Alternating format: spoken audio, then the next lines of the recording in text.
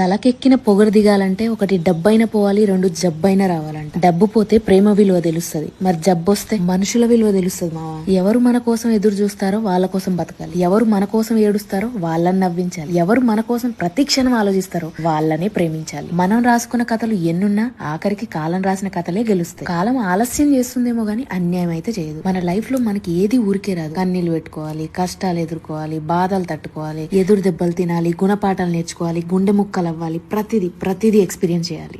జీవితం మనల్ని నేర్పించడానికి 100 కారణాలు వెతికితే మన దగ్గర నవ్వడానికి 1000 కారణాలు ఉన్నాయని చూపించగలగాలి. మనకు ఒక చిన్న బాధ 100 సంతోషాలను దూరం చేస్తుంది, కానీ మన దగ్గర 1000 సంతోషాలున్నా ఆ ఒక్క చిన్న బాధను దూరం చేయలేదు. లైఫ్ లో బాధలు కామనే మావా, కానీ డామినేషన్ కూడా బాధదేనా? అలా ఎలా కుదురుద్ది? నేను ఒప్పుకోను, మీరు కూడా ఒప్పుకోవద్దు. అందుకే మన మాటలు, మన పనులు ఇతరులను సంతోష పెట్టేలా ఉండాలి, బాధ పెట్టేలా కాదు. మీరు ఎన్నైనా చెప్పండి మావా, అన్ని దానాల కన్నా గొప్ప దానం నిదానమే. ఎస్, కోపంతో ఉన్నోడు కొట్టినట్టు మాట్లాడతాడు, మంచివాడు మర్యాదిచ్చి మాట్లాడతాడు, మరి జ్ఞానం ఉన్నోడు ఏం మాట్లాడాలన్నా ఆలోచించి మాట్లాడతాడు. నిజానికి మన మాట మనిషి మనసును మార్చేస్తుంది మావా. చలో Download ShareChat.